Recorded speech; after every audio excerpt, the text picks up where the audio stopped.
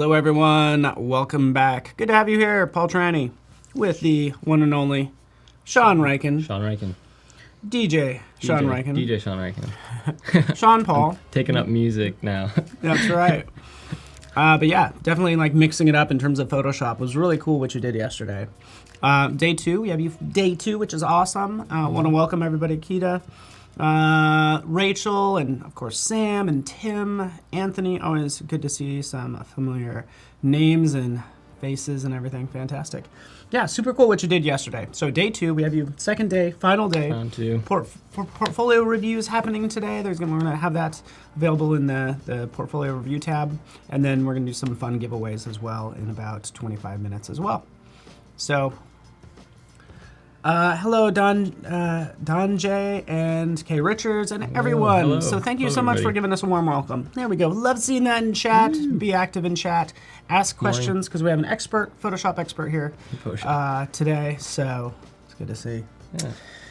Fun, man. So what is the plan today? So I want to add to my Penguin series images. I like to create stories with these characters. So and they're always interacting with like humanity and all that kind of stuff in a penguin-y kind of way. So it's unnatural for them to be in our habitat, but I pull it off and then bring them into the habitat. So this time I'm going to do underwater. I have kind of I had a little sketch on me, but now it's all in my head. So we're going to start. I'm going to start with cropping my canvas. Crop down to 8 by 10. we realized you could do that or not do that. There's the delete cropped pixels check box up at the top. I clicked it right back on again right after. Yeah, because it will make it'll make the camera raw. images for too big. So good call. Oh, thank you so much. Said yesterday's stream was great. It's good to see. Fantastic. Check that out also in the replays tab. And I don't know if you are going to reference that today at all. Can you open that image from yesterday by chance? I could try, for sure. If not, I can. The Paul flower. Paul flower. You think it's pretty flattering till you realize it's an eyeball. Yeah. So that was yesterday's image. Just to kind of do a shout out for replays, basically. Like this is awesome. So again, we don't need to talk too much about it, but check that out. You learn how to make that. It was so cool. I tweeted this, so if you want to check out the full image, I think I mentioned Paul in there too. Okay. So it should be Love there. it. Yeah. So here is the base image. I'm just going to go dive right in here with opening up my Pixel Squid, of course. I absolutely love my little 3D system here. And what is this? Just for people that are just joining us, Pixel Squid? So Pixel Squid is basically just a 3D library that you can throw into your Photoshop projects, and it just makes like functionality and your workflow go a lot quicker because you don't have to cut out anything or crop. It's all there for you, and you can rotate things. I'll show you a little bit more about it. Let's import our penguin here first. Yeah, it is. I guess it's like easier to show than describe. Like, I mean, look at that. So I'm rotating it straight, and then all of a sudden it will just rotate it straight for me on my canvas here. Sweet. I'll throw them right there. Looks like a good position for them. So when it comes down to water, the highlights are always at the top. So I'm going to use my good old technique of using a random brush color at the top, and I know exactly where the lighting is coming from. Right there. Perfect. So this is going to be my light kind of indicator. I delete this eventually inside my file, so this isn't a permanent thing that I keep in here. It's just so that I know the lighting direction at all times. I'm just going to name this lighting direction. So yeah, that's cool. Nice reference. Yeah, you have lots of cool models or snapshots in Pixel Squid. Yeah. I want all those. Can I have all those? Yeah, you can actually. So Pixel Squid actually made all these elements free for you guys today to use. Anybody can hop on, test it out, try it out yourself, see if you feel comfortable with it. You can follow along with my image today if you want, and then it'll make it a little bit easier for you to start playing with these elements. So isn't that awesome? Like, again, Shaun hooked this up. So basically, you got in touch, or you know, whatever. You're talking with Pixel Squid, and they basically made all of these models available for you in case you want to follow along. Yeah. I think it's awesome. Yeah. You know, so again, the link's right. Thank you for posting that, Tim. Check it out. It's pretty cool. So what I do normally to blend in colors is I duplicate this layer above. I'm going to hide my light layer right now. And then I always do filter, blur, Gaussian blur, and I crank it right up. So this is now creating the actual colors. So the blue right here, and then you have the sand. But when you clip mask this into the penguin, it will start taking the actual color of the sea below. Yeah. So that was before, and that's after. So this is the exact lighting of what it would be, because you're basically just taking the background and bringing out the colors again. Thank you for doing this, because I do the same thing as well. Yeah, I do that. Thank you for doing this, because it just justifies my workflow. Yeah, no, But, it actually. So sometimes the background might be like very intricate and have lots of details and things. Is there anything you do differently depending on if the background's different? Yeah. So personally, I would just, if the background's different, then I just start warping it on the inside of the penguin itself. And then you can see, like right here, I'm going to bring the blue down a little bit, because the sand actually should only go up to about his legs here, the reflection of the sand. Cool. So it was a little bit too tall in this case, but yeah, for a more complex image, normally it actually just blurs it all anyways and makes it not complex anymore. It just kind of creates that gradient over top, and then you just clip mask when you do overlay. Yeah, when you do the overlay. Yeah. Because sometimes I will do that. I'll actually blur that image. I'll sometimes blur. Yeah, so overlay is a really good one for contrast. So the reason why I'm using overlay right now is because underwater. And underwater there is a lot of contrast. There's a lot of contrast underwater. Soft light is also one that you can use as well. Works really good. I would definitely go between both of them and see which one looks better normally. Even color sometimes works really well, but again, the feet are really unnatural using color in this sense. So we're gonna go with overlay. Looks really good already. Into it. Thank you. And then we'll do some of the highlights on the top here, because underwater, again, there's my lighting. I know that it's coming from there. So I'm going to just make my brush a little bit smaller using my bracket keys. And then I'll just draw kind of a white shadow. Oh, opacity has to be down to 25. Keep it low, always keep it low.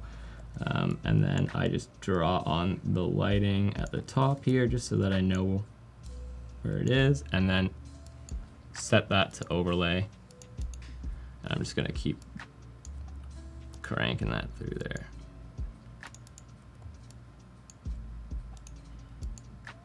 Perfect. Oh, yeah. So now it creates kind of like, although I use 3 layers, I think it's perfectly fine to keep stacking them. Especially if you're using overlay, it just makes it like, it gives it that highlight that you're really looking for, because underwater it would have been really bright, and I think at the top of his head I still need to do a highlight there. Right there. Nice.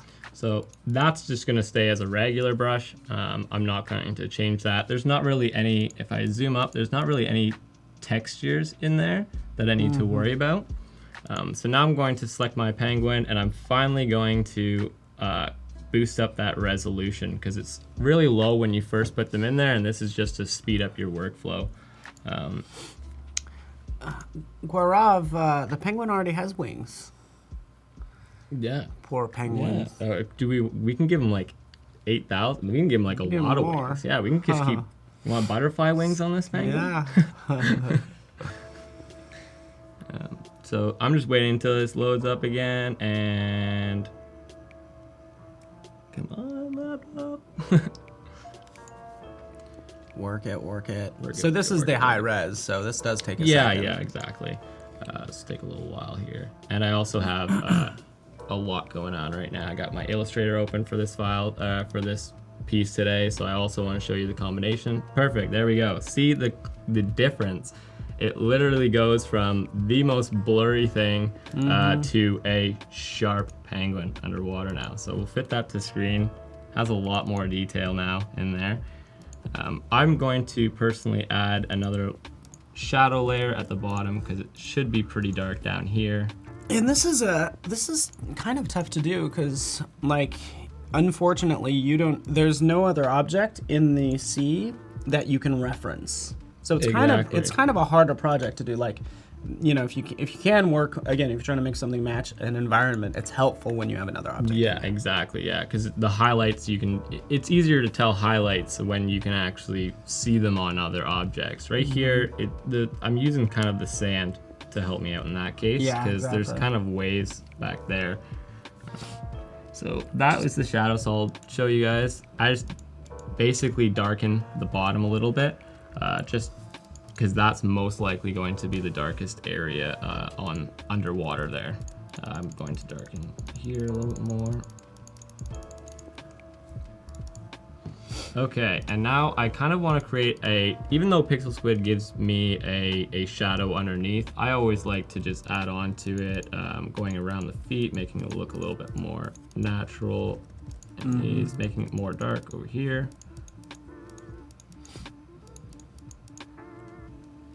Happy feet. Happy feet. Yeah, 100. That would be a good movie to watch tonight.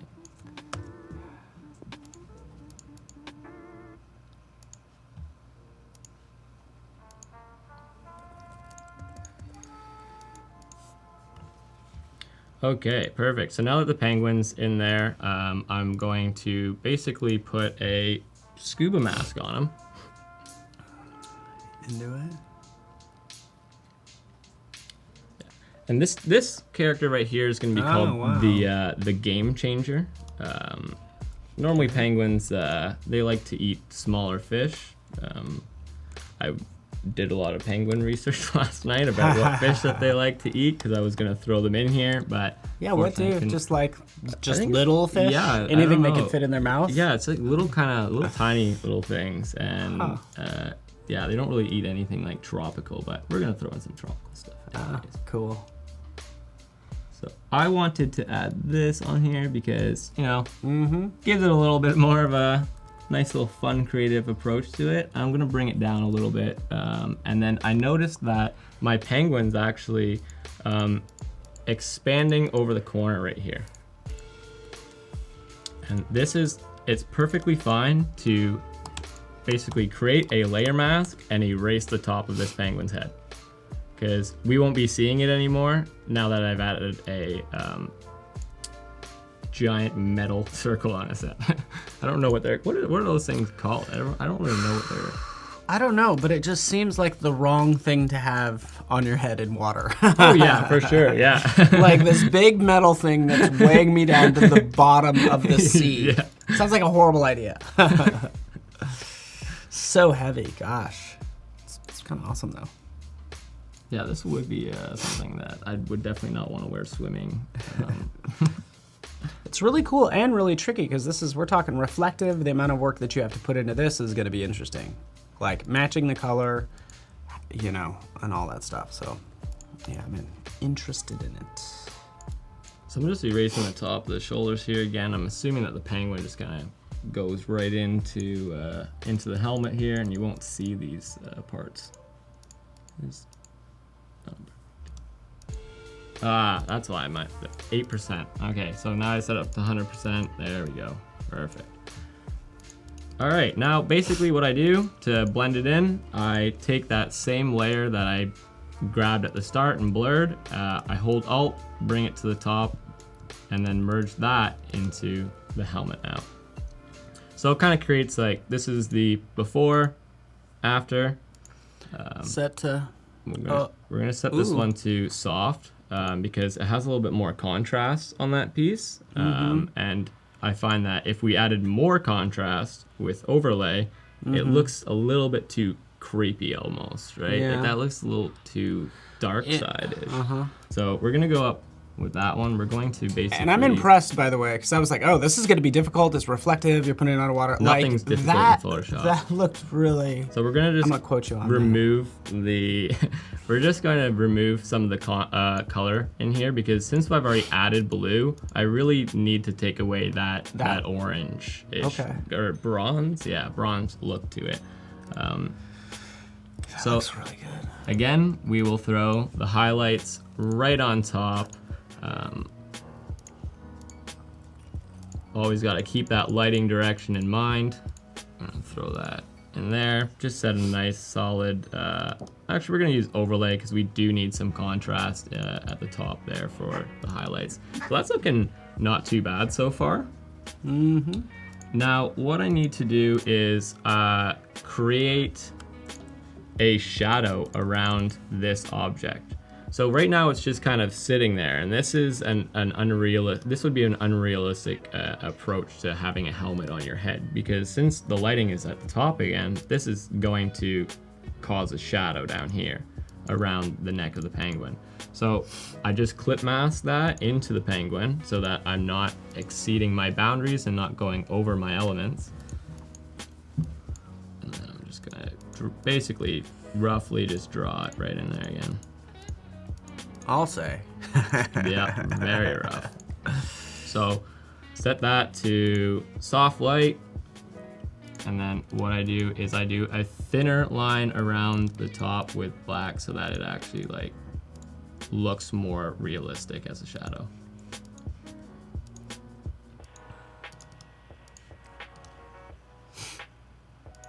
Perfect. So now you have the shadow down there. I'll turn that off. Before, after. So it creates more of a layered effect now. And then we're gonna go to our helmet. Again, with the penguin, we shadowed the bottom of the feet. So we're also going to want to shadow the bottom of this helmet as well. So I'm going to turn my brush opacity down to 25. It's my magic number, I'm pretty sure. And I am going to just draw right around the base here. Tim, yeah, thank you, Tim. Tim's really pushing the... There's an adjustment layer called match color. Match color. Actually, you know what, let me just check.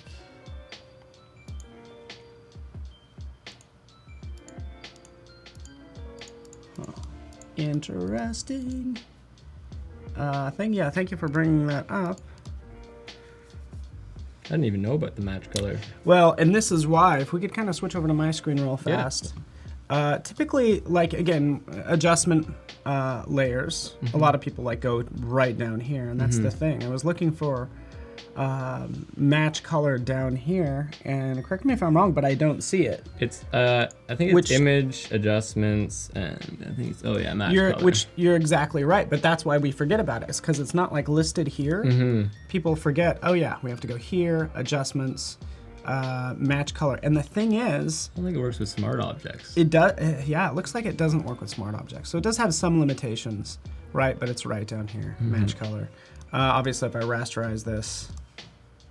And let's just check. There it is, match color. Perfect. So I happen to have a second image. So if I wanted to match these two just like really fast, I'm gonna do this real quick. Go right ahead. Okay? Yeah, go right ahead. I'm learning. Yeah, so like I want it to match this photo over here. So this one, that's what you do, image adjustments. Match color, pointing to right down here, the source being that woman's statue. And don't just take the background. The background's actually black and white. Oh wait, can we switch back to my screen real fast? So don't take the background, which is just black and white. It actually gives me, preview, but I want to do merge, so do everything. And that's what we see here, and you can see it does it. It actually matches those two images. Yeah, that is something that I did not know, and now I do. Yeah, but here's the only caveat there is obviously smart objects. Yeah, exactly. That's where it stops me. Yep, but it's really cool if you want to do something quick. It's destructive, but hey, it works. Yeah, no, it works for sure. So I'm just gonna basically add my. Oh, Yeah. Perfect. So I'm just going to boost up the resolution on this smart object again. Again, it has to go through its little small rendering process. Takes a few seconds. Maybe. Oh, are you doing the high res? Yeah, so now I'm just Yeah. bringing back the actual textures of the helmet itself, so I can actually start working with those, and then I can start actually shadowing the lower edges of the helmet. Very cool. So what I'm gonna do is I'm just gonna create a new layer here while this is doing its own little thing, and I am going to start painting around the bottom edge, because see, this is still technically a highlight down here. And I want to remove that because there is no highlights, there's no light being shone from the bottom. Shone. But I'm going to go around the bottom here, getting rid of those highlights just to blend it in a little bit more with the shadowing that I had at the bottom to merge both of these together. Yes. And this is just a basic brush. I'm not going to use overlay or anything. I don't think that it needs to be done on this piece. I think that the black brush works perfectly fine. So that's before, that's after. So now it's bringing a little bit more depth into it. So now I'm just going to basically go into the helmet here, and I'm going to play with my levels. Since it's a smart object, it basically keeps it down here, and I can always turn it on, off, or go back in, and it's non-destructive at this point. I'm gonna just turn down the contrast a little bit, get rid of some of those highlights, and then boost up this blue with color, and I'm gonna turn this down to about 40%. Perfect, so I think that that's looking pretty blended on there right now. Just as a kind of starter, I always like to place everything together first. And then I've grabbed I'm gonna use an object differently here today because normally you don't really use snorkels in a sense as a tube for breathing underwater. So there is normally a cable that goes up to the surface. So what I'm gonna do is I'm going to make this straight so that I can bring it right up, and then I think I'm just going to stretch out this middle piece when I shrink it. I'm gonna shrink it here. Perfect. And now I'm just gonna hold shift, and I'm going to stretch it right to the roof. So this is the breathing tube? Yeah, so that's a long snorkel right there. I couldn't find a breathing tube really, so I figured, this works.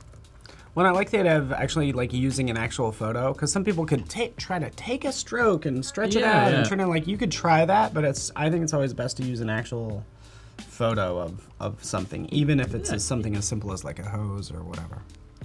So cool. So I'm going to just do that, and then again with this, you do have to use this blue layer again because you are just merging it all together.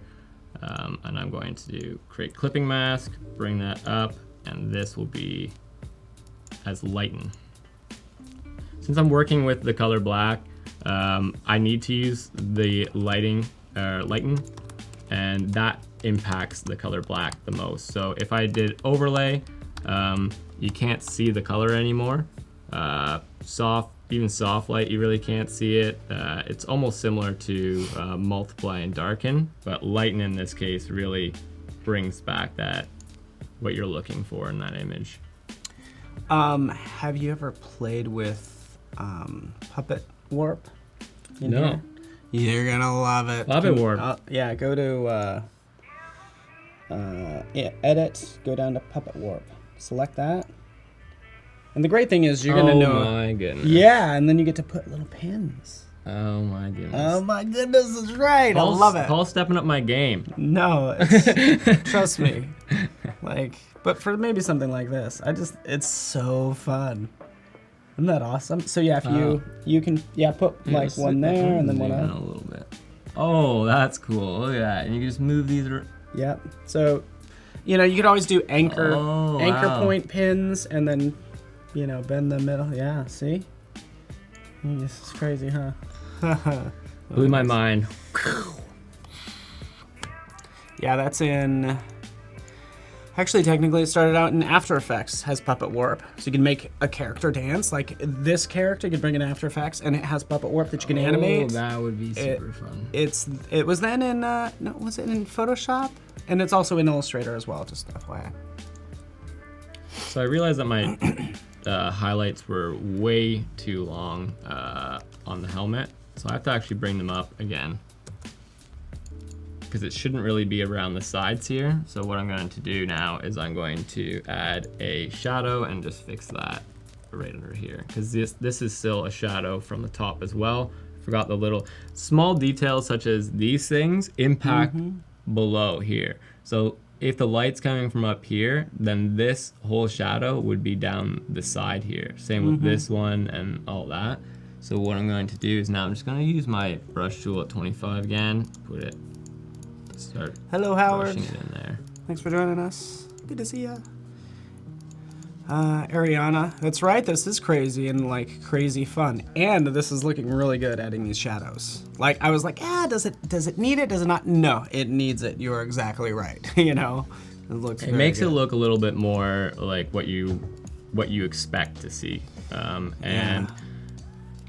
And what I'll do sometimes is I will sometimes just Google something crazy. Like if I'm trying to do something crazy, there might be a reference image out there just to like if you're unsure, just do a little. Just Google the phrase something crazy. Something crazy. I would probably not do that. No, I would not do that. That's like wild card. You want to turn on safe search for that one. Yeah. But you know, it's just like the most outlandish things are like out there, but just like as a reference image. When in doubt, but this is so looking good. There's our little penguin so far, and there's so many like oxygen bubbles that come out of these masks. So really, like, we need to consider that in the design. And I use Illustrator for elements like this. I think I have my drops already loaded up. I went on Adobe Stock this morning. I was able to grab all the files that I needed off there, and it was great. So I grabbed some bubbles here.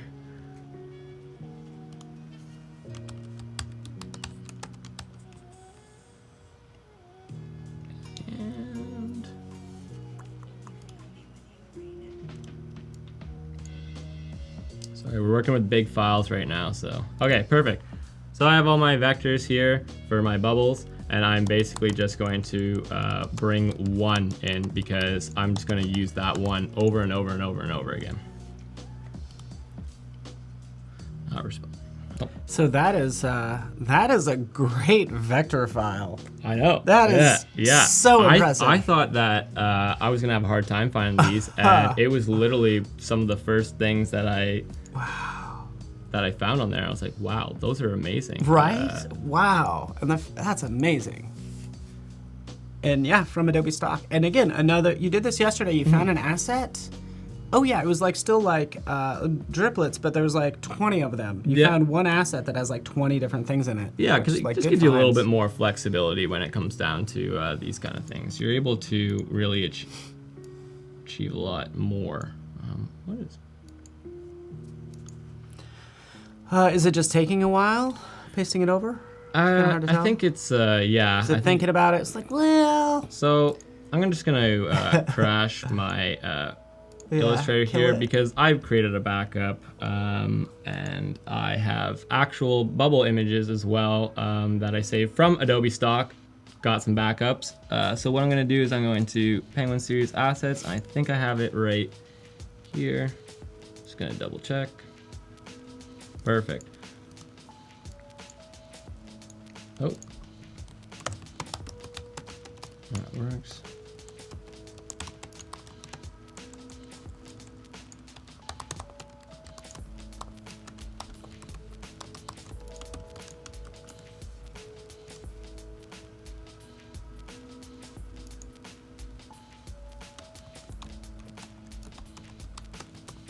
Okay. By the way, it's cool. I mean, I feel like we're getting so many different resources, by the way. This asset, again, from Adobe Stock. You have Pixel Squid next to it. And I'll probably show Dimension, too, just for fun. Yeah, no, Dimension is definitely something that is something that you should definitely show. It's a good program. A lot comes from Adobe Stock for it. You can use a lot of assets from Adobe Stock for it. Yeah. So this is super fun, though. So these bubbles are a little bit, again, what I mentioned yesterday is there's a lot of sharp pixels here, a lot of sharp edges, and in these kind of designs you won't really see these kind of sharp edges. So I'm just going to bring it down just so that I can see the full length image. Zoom out a little bit, just add myself a little bit of a blur right here. Oh, add one. And let us know if you have any questions for Shaun. Feel free to check out his, of course, his profile in the info tab. And yeah, we also like to do random giveaways on cue. Perfect. Boom. Let's do this. Let's dive into chat and win right now, folks.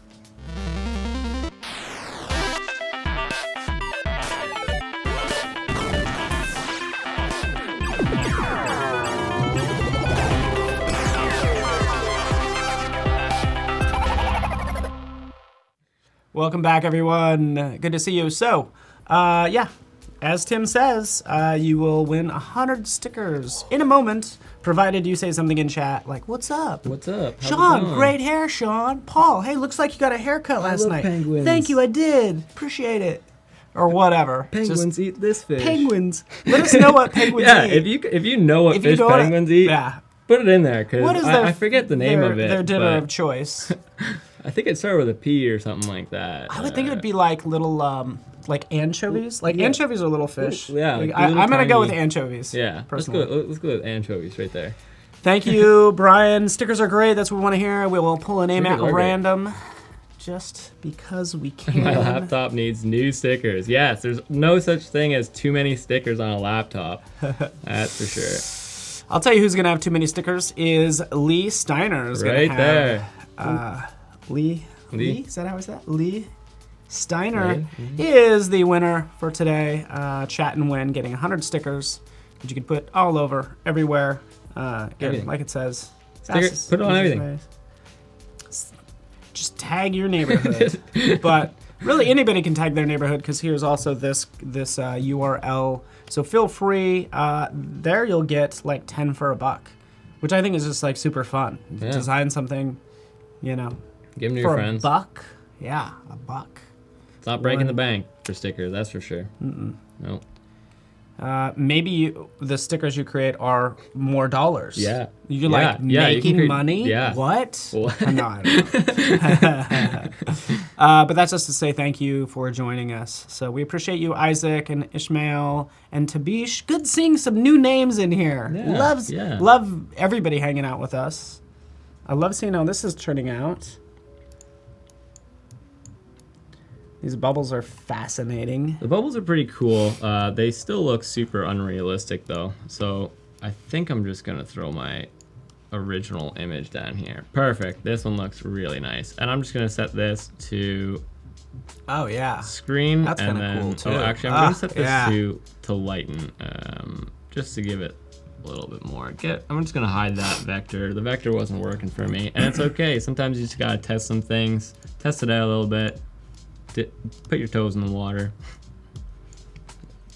So I'm just gonna boost up the levels, create a little bit more sharpness to these bubbles, make it look a little bit more bubbly. Actually, no, I'm gonna keep it like that. And we're gonna do screen. And I love this, by the way. I think you're actually like flying by like a new feature that we have in Photoshop. For the layer blend modes, you could just roll over. You know how it changes? It hasn't always done that for PC, has it? Yep. It's always done it for PC. It's always That's done, the situation. I'm pretty sure it's done that since CS3 or 4. Okay, maybe. so I'm now less impressed. I was like, well, for us Mac users, that feature's now available. We haven't had that ability. Really? Yeah. Oh, yeah, that makes sense. We had to select and then go back and select, but now it's like live. Just go live right blend down. modes. Yeah. So you're like, whatever, no big deal. NBD. I've been doing this for a decade. So again, I'm just going to clip mask that into the bubbles, the blue, just so that I keep the actual tone in there again, but I'm going to boost that color up. And I'm going to add it as overlay. Yeah, add it as overlay. Perfect.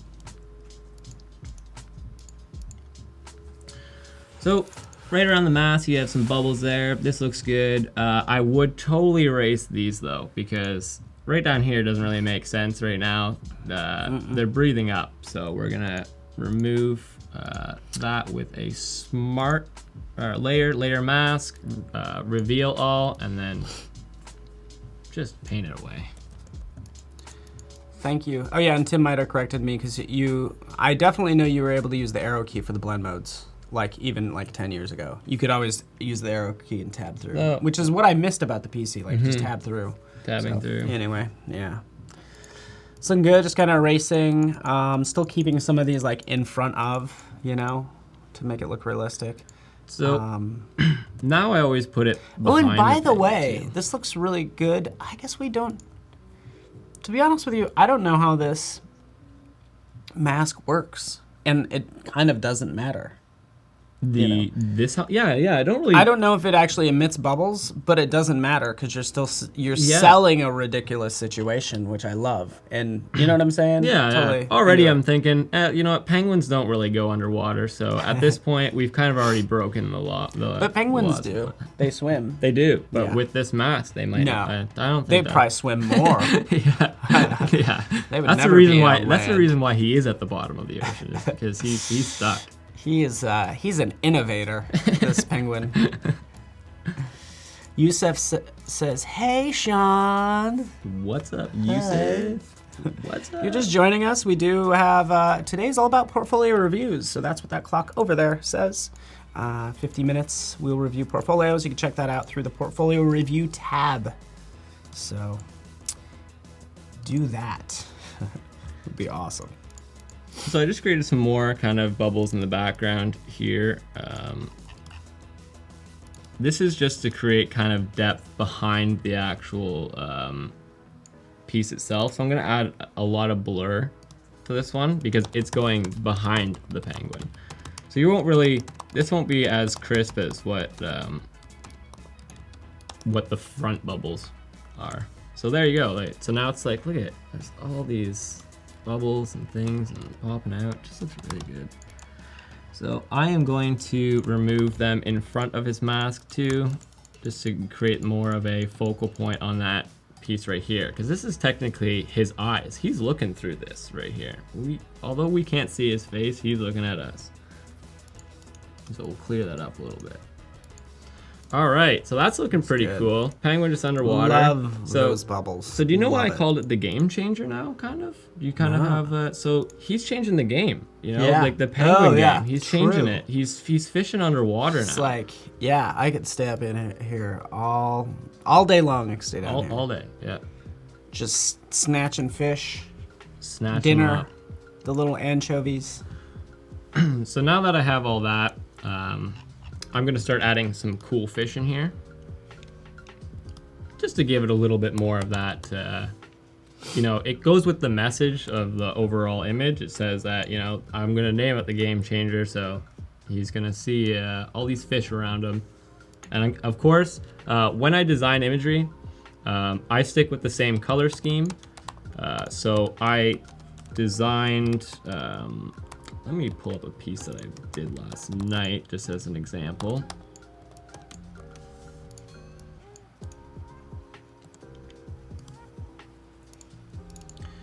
So this is the piece that I designed last night. Oh, sweet. I said the Ubers are weird in San Francisco. And it's only going to get weirder. So I designed this, and see how I use blue and yellow. So now when we go back over to the image here, blue and yellow. So I'm going to blur this fish completely because he's actually massive and up front. So I'm creating now that depth of field. Love it. And then, I love that design you did. Thank you so much, by the way, because like you are, it's your first time in San Francisco. You got to see some of the city. Yeah. But then you also like made that for us. So Yeah, I really appreciate it. Yeah, I'm just constantly designing. Good guy. Can't Canadian. keep him away. Love it. So we're just gonna boost down the saturation. Things aren't that yellow in the I love ocean. this fish almost looks like he's like photo bombing a shot. Yeah. Just, You know, just like, kind of like oh. doing it. I figured these are just things that you probably can't control under the ocean, right? Like you're gonna have a lot of fish probably photobombing your. Yeah. Or a shark. Oh, well, hopefully not a shark. You want to exactly. hope that you. Even though I feel like I could be wrong. I live in a landlocked state. I think sharks get a bad rap. Yeah, I think so think they too. do. I think so too. I mean, just don't mess with them. Like most things want to live in With peace. teeth. Anything that has sharp teeth, I just don't really want to have a conversation Don't with. have a right? conversation with them. Don't pick on it. Let them be. Don't debate things. Don't show them your Facebook statuses. Yeah, don't try to friend them on Facebook and then quickly unfriend them. Yeah, and a then shark gets mad at that. Yeah. They don't. He's like, why did you want to be my friend if you're just gonna unfriend me? That will make him turn on you. Yeah, that's how I you do make agree it. with you, by the way. So yeah, Mikhail says like the shadow, under the helmet that he just said is like Yeah, so that yeah, we could spend probably more time on a lot of this stuff, but that's a good comment. So I appreciate it. That's another step that I do after all this. Actually, is I always go in and define my images even more. So this is just actually file setup right now. I haven't even got into the actual like editing proportion of it. I've just kind of gone into So we'll get there. No, it's good. And plus, we're kind of forcing you to make these complex images within 50 minutes. Yeah. So we're trying to. Normally, I design about 8 in 3 hours. You do what? I'll do about 8 of these in 3 hours. 8 of these in 3 hours. Yeah, I'm actually working really slow. Don't tell anybody else that. Yeah. Now I'm depressed. And it's all to do with the quick things that I use, right? So I always like to go in quick pass. Pixel Squid obviously makes it so that I get rid of cropping things out of images. So it really benefits me in the long run. Yeah, I do crop things out of images still, but I do a little bit less than I used to, which is nice. So we'll add the soft light on there. Actually, I'm gonna go with overlay. Bring my blue layer down again, throw that in the yellow. Love it. Kita's depressed as well. She's like, oh, you're too fast. Slow down. I feel so lazy. But thank you for simplifying this. I think the moves you're making, you get a lot of bang for your buck. Mm-hmm. Like you said, the shadow, we just kind of threw that in, whatever. Like you're making some like strong moves here. Big moves. Big moves. Making our money moves. Money moves.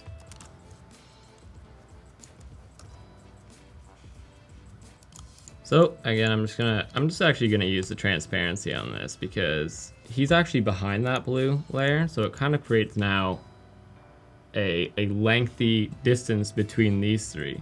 So you can kind of see the depth now going on. Although this fish is really big still for where it is. Yeah.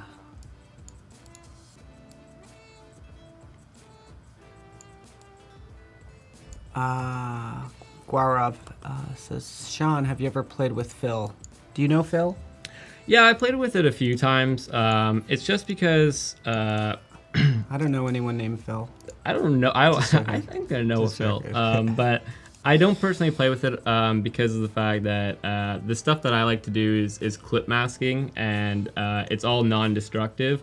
So when I do add these layers in, I already know for a fact that it worked for everything else, so it should work for these things. When I'm testing out features, like all these other features like fill and adding all these other things, it's a little bit harder for me to keep in focus because I have so much running through my mind on a daily basis. So I like to just keep my process simple, and I followed it all the way from CS1 to CC. So, and it's been the same process almost ever since. A little bit of upgrades because there's new tools and new functionality. So if it's faster, I'll use it. Very cool. So I'm just gonna turn this down again. There we go. Make that look more natural, and then we'll add the highlight at the top.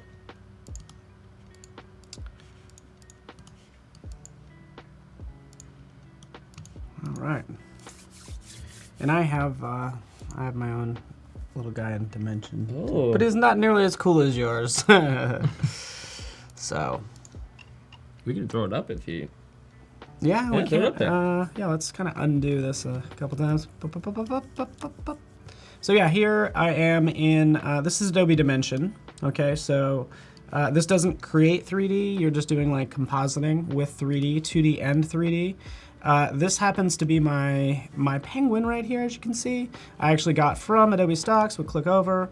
We can see, not us, but I just licensed this little. I should have got this one though too. Yeah, by the way. like That one's that's a cool little swimming one. This one's like looking like he's trying to be fed or something. That's like an Olympic swimmer right there. The one that's diving down is totally an Olympic. Yeah, and what's cool about this asset, I'd probably buy one and then I can put lots of them together. Oh yeah, exactly. So you can use them in multiple situations, which is really nice. And people really, especially with 3D objects, if you rotate it over a little bit, boom, different penguin. Yeah, exactly. Right, and it's a completely different element, and you are still using the same 3D object. Yeah, this one's interesting. It actually, it's kind of has this low poly look to it. Yeah, low poly. So that's why I'm not crazy. I actually like what you're doing. But basically, I want to integrate this within an environment. So I can import 3D models, by the way. Import an image as a background, which is what I'm going to do. Grab this, put that right in there. You see it? Boop, there it is. Right? And we still need to get some lighting in here. And we, of course, need to move our little guy down as well. And I need to eliminate the shadow. Ground plane, I can turn that off. See that right over here? Oh, yeah. For the environment, okay?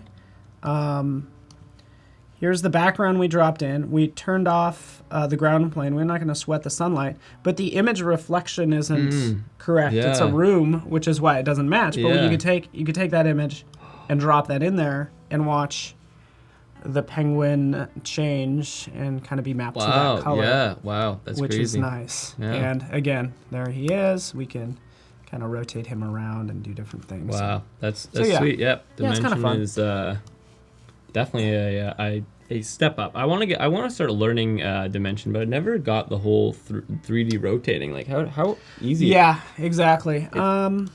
And maybe I should turn off. Environment. Okay. Well, maybe I kind of feel like turning off that or throwing away that background so it's easier to see. It's these tools. You have these rotate and scale your objects. These are for changing specifics, and this is your camera. So it's really amongst these tools. Typically, I'll use shortcut keys. So orbit tool. It's 1, 2, 3. So super easy to remember. And then obviously you have these ones, which are V, S, and I forget what else. So that's typically what I'll do. It's like I'll pan around by holding down the 2 key, 1 key, 3 key, kind of zooming in. You get the idea. Yeah. So yeah. I mean that's the short of it. Really... And by the way, there's a lot of starter assets you can see right over here. And I was just showing different backgrounds, so I could drop in a city backdrop if I want to. Oh, penguins going places. Right? He's going places now. And I'd want to, adjust, put him on the ground. Boop. Oh. I gotta rotate it and all that fun stuff, right? I can get this mapped just right, but we won't sweat it too much. Kind of disregard that this is incorrect right now. Just scream into the sky. Right? Where am I?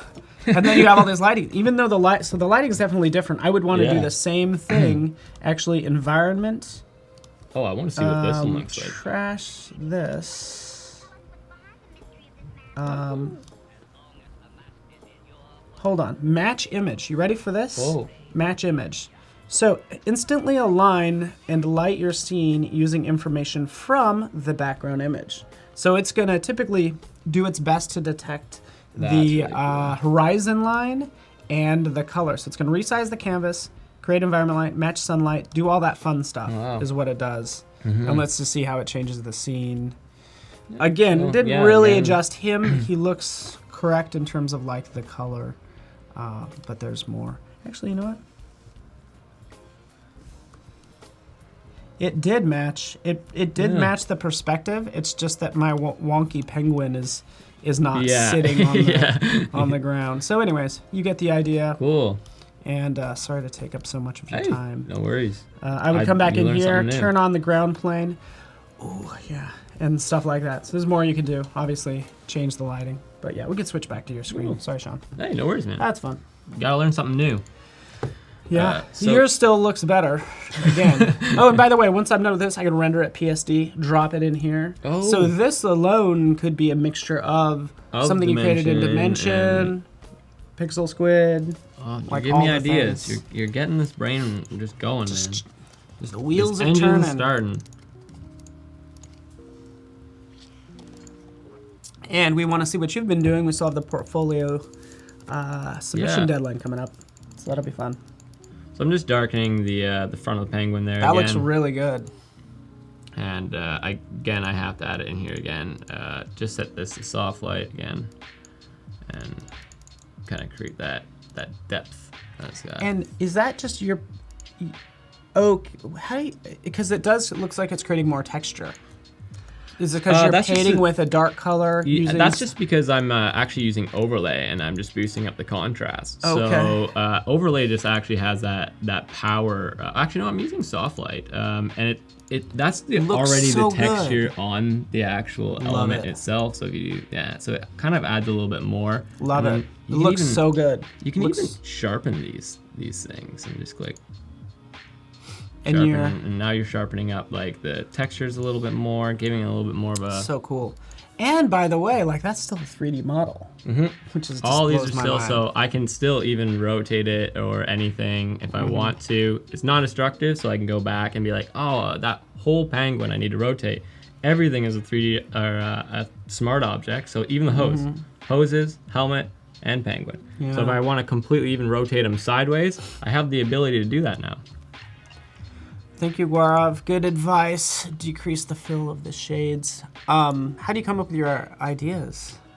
Like your composite ideas? Like that's a hard question to answer. They just come out of nowhere. Sometimes somebody will mention something. I'll link it back to a metaphor or a pun. Puns are great. So that's definitely something that I relate to a lot. And that's just kind of how my mind works. Where you are, too, like with the Uber image. You're like, I'm in San Francisco. And I used Uber quite often out here, but I never really use it that often at home. So that's what was stuck in my head, and I just kind of got rid of it at that point. So I'm just going to surround him with fish now. Again, going to add that blur to it because he's up front, but I'm going to create an even more of a blur because it's basically going massive. Got it.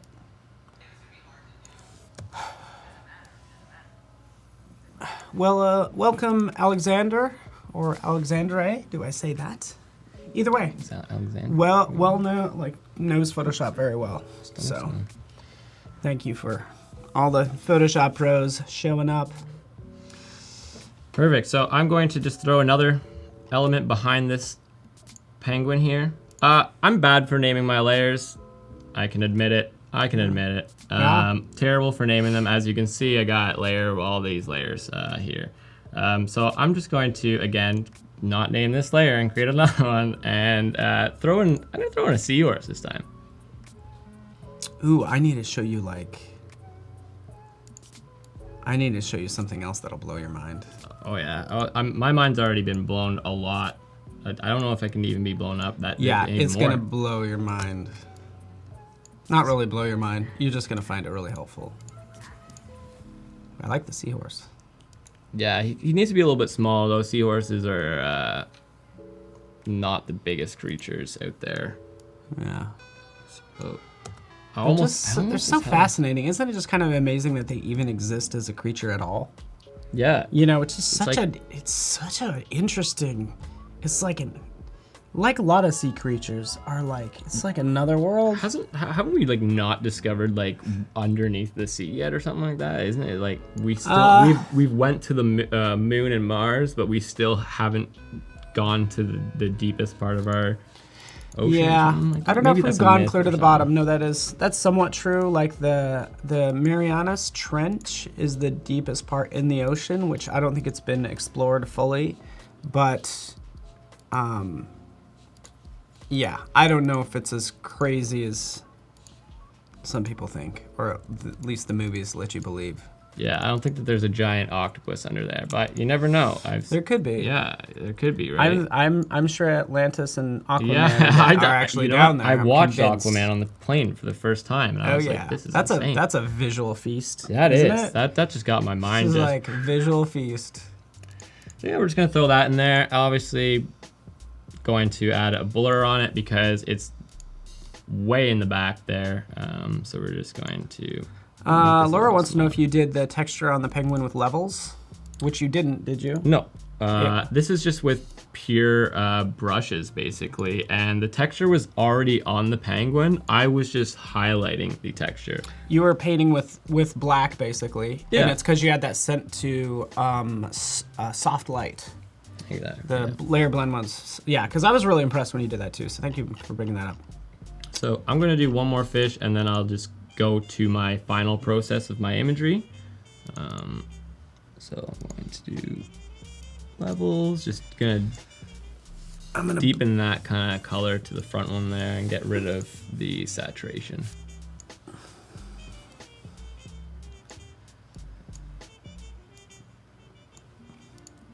And then I am going to create clipping mask, eyedrop this blue, and paste it. And then color at 50%. Okay, maybe even lower.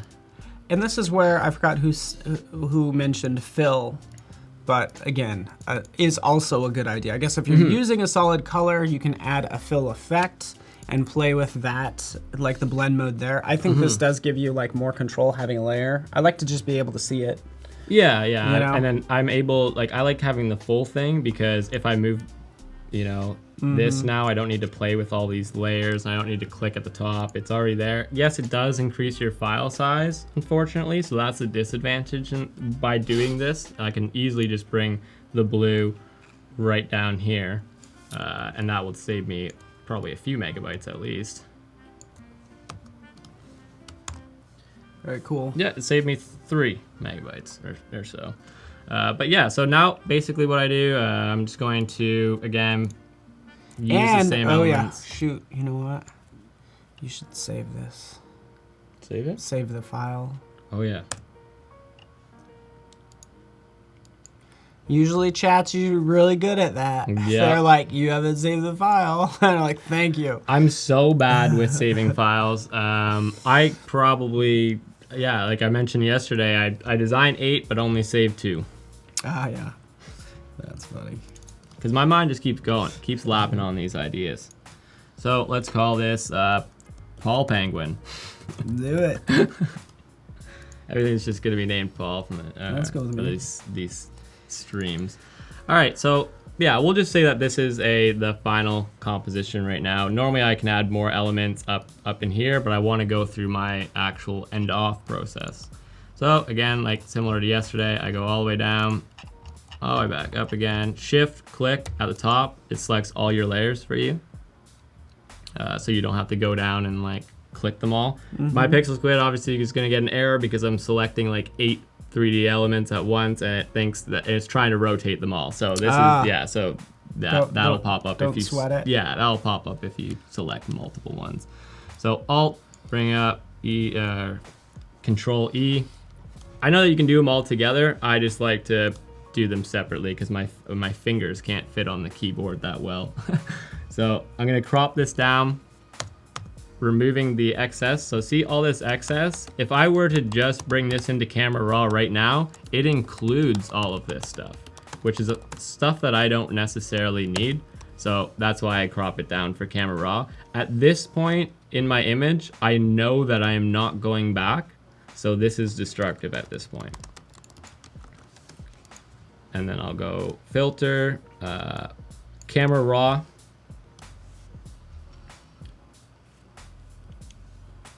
Into it. Normally I'd add a little bit more fish. I'd probably put one up here, back there, you know, just add a bunch. Fun. See if you can find a school of fish. That would be really cool, yeah. I had a turtle too that I could have thrown in here, but there's so many fish that I could have added in here. So yeah. Now I'm just opening up camera raw. It's a little bit, it takes a little bit longer because big image again, so it's registering it as that, because it's working. We're working with an image that's I think 5,000 pixels tall and 3,000 pixels wide, or 3,500 around there. So now I just go into camera raw and I just start playing around with it like it's a regular photograph. So that's why I set up all my files kind of roughly first, because whenever you take a picture on a camera, it's kind of a rough process at the start anyways. Kind of looks weird. My highlights are always, you know, camera's not going to pick up absolutely everything. It's not going to give you what you want all the time, but bring it into camera raw, it'll give you what you want. So I'm just going to boost up the textures a little bit. Hey, Lee, L-E-H, that's how I say that, right, Lee? Yeah, so good job using camera raw. It's totally I don't think you use camera raw too much. Like, I don't think enough people use camera raw. Yeah, same. I feel like camera raw is so underrated, but it offers you a lot, right? Like, I can go into these blues now and match the blue that I had from my other images. So I just do that by, I'll boost that up a little bit. So now this brings back, matches it with the other one again. I'll maybe highlight those yellows a little bit more, go into my luminance.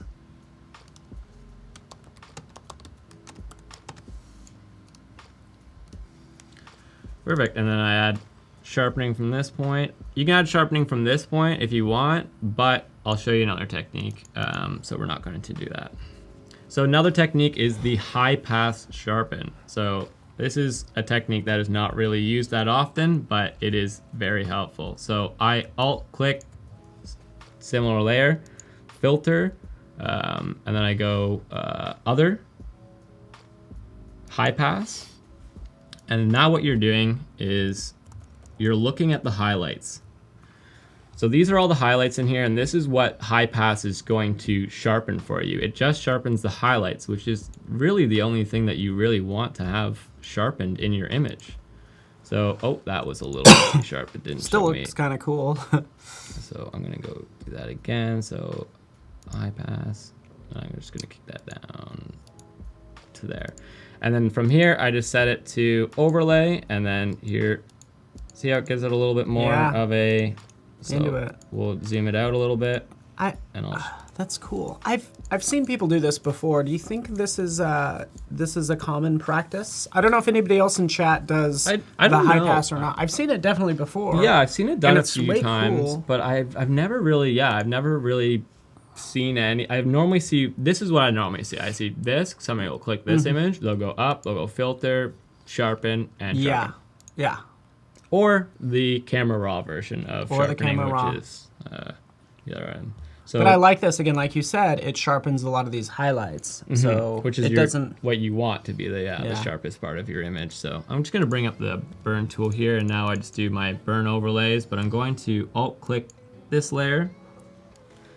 So now I can set the mode already to overlay and fill with overlay neutral color. So now I'm basically bringing back that gray that I had before for the high pass, and now I can start doing my actual burn and dodge on this layer right here. This is exactly where I want to do my burn and dodge. And I will set my brush to, we'll go 15%. And Eva uses high pass, good to hear. Perfect. Ooh, uses it for eyes before to punch up the eyes. That's good. That's really cool. Yep. Eyes. It 'cause works again, you don't really well wanna- with pupils. It does work Okay. really well with pupils. Yep. Again, a case where like you don't want to sharpen the skin and give them all these huge pores. Yeah, so- exactly. So it works very well for that kind of stuff. So now I'm just basically just doing some burn and dodge. Now I'm gonna create a little bit more of a shadow around here. And then I noticed Thank you, Alexander. Press the Alt key or Option to reset with Camera Raw, which that will work for most dialogues. If you ever want to reset, typically you hit cancel and then you have to open up the dialogue again. The Alt key will change a cancel. It'll change the OK button to reset, which is fascinating. Yeah. Right? Yeah. So I'm going to just drop that blue out there and make it very dark, because this is just going to be my overall overlay around the edge here. Again, I like to always add that vignette, you know, kind of creating. Yeah. That needed it too, like, because that water was like pretty flat. I feel like you're creating more depth by. Yeah, I'm creating doing more of a some focal at the vignetting. bottom here, because he's in a circle still. So I'm just gonna kind of create a circle of light around him, but I'm going to overlay this one. Welcome, Kirill. Good to have you here. So here's without the layers, and then here's with my vignette. Yeah, looking good, man. And I'm going to put that as overlay and Ooh, that looks kind of good too. I like just the actually top how corner that right now. Yeah. brings out, yeah, more variation in the sand and yeah, interesting, very cool. And then the cheap way of doing a nice little depth of field, I'm just gonna add the iris blur. Yeah, Eva, thank you so much. Yeah, you could do vignetting in Camera Raw as well. Yeah, exactly. call. Yeah, another amazing place to do it. And actually, I do use the vignetting in Camera Raw quite often, but in this case, I did notice that up here is actually where the highlights are going to go. So I actually still have to draw highlights at the top there. But now I'm just creating my nice little depth of field there. Is there any rule of third you're using?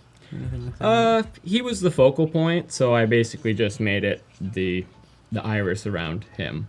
In the sense, if you have multiple subjects, you can just go like, actually, here's a cool little feature. So we'll go to Blur Gallery, Iris Blur, but you can actually click multiple times, and now you have 4 iris blurs. That's cool.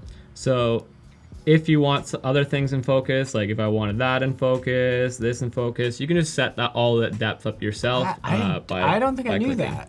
I don't think I knew that. That's You just awesome. Click, click, click, and click. Yeah. Yeah, the iris is actually, it's got a lot of power to it, and not a lot of people know that it actually had that capabilities, and it works really well when you have multiple things in subject. Yeah. And then I'm just going to grab my blur tool again, because the vignette didn't do a really nice job up here, but I'm just going to basically blur in just a little bit more up there. And then here is the last layer. Once it works, there we go, perfect. Last layer is, people always ask me what I use to get that nice glow around the edges. I always like to personally just grab the white brush and click, click. And then there you go, you kind of have that depth from the top again. Maybe we'll do that as overlay. I might need to click more up here then. Sweet. Sweet. Sweet. Boom. Very cool. Boom. Yeah, So that's that kind was of like awesome. what I visually thought of last night. I normally, yeah, if you want to like go and predefine it a little bit more, adding the shadows underneath the penguin's feet, it looks a little bit unrealistic still down there, but you know, that's basically at this point it's just a click, click, click, click. Well, you know, you're just merging all your layers together. Yeah. Very cool. You're not really using a rule of thirds in placing items, right? Just to, because somebody asked a couple times. Yeah, I agree. I mean, it's all, and again, I think you did a good job, like in terms of the layout. Because you want variety, and it's, you had this focal point, which can sometimes be very boring if you put something in the very center. So yes, offset it, and having these other objects even getting cut off, as I've seen you do, it just works out really well. You'll also still have to pull up the Uber the Uber image you did, because I just want to highlight that a little more. Yeah, no, as well. for sure. So now I want to spend all the time on it. I'm like, show it off. Let's put them side by side so that I can kind of show you like the them matching each other and like my vision overall between the pieces. So I'm just going to exit out Pixel Squid here at this point because my composite's over. So now I compare these pieces side by side from this point. Obviously the penguin one's going to be a little bit different, but at this point I can probably just, normally pull this one out. The Paul penguin will pull that right out. Boop. And then I do side by side. Oh. Still getting used to this double click thing on the PC. Yeah. On the top bar. Yeah, so like on the Mac, when like I could move these around like nothing. But now when I click them, it's almost like it tries to expand itself into there. So I am going to do hue and saturation, and then from this point just. That looks good too. Brighten it up a touch. That looks. It's just so fun to play with it, like, especially as you start to work with it as a whole image.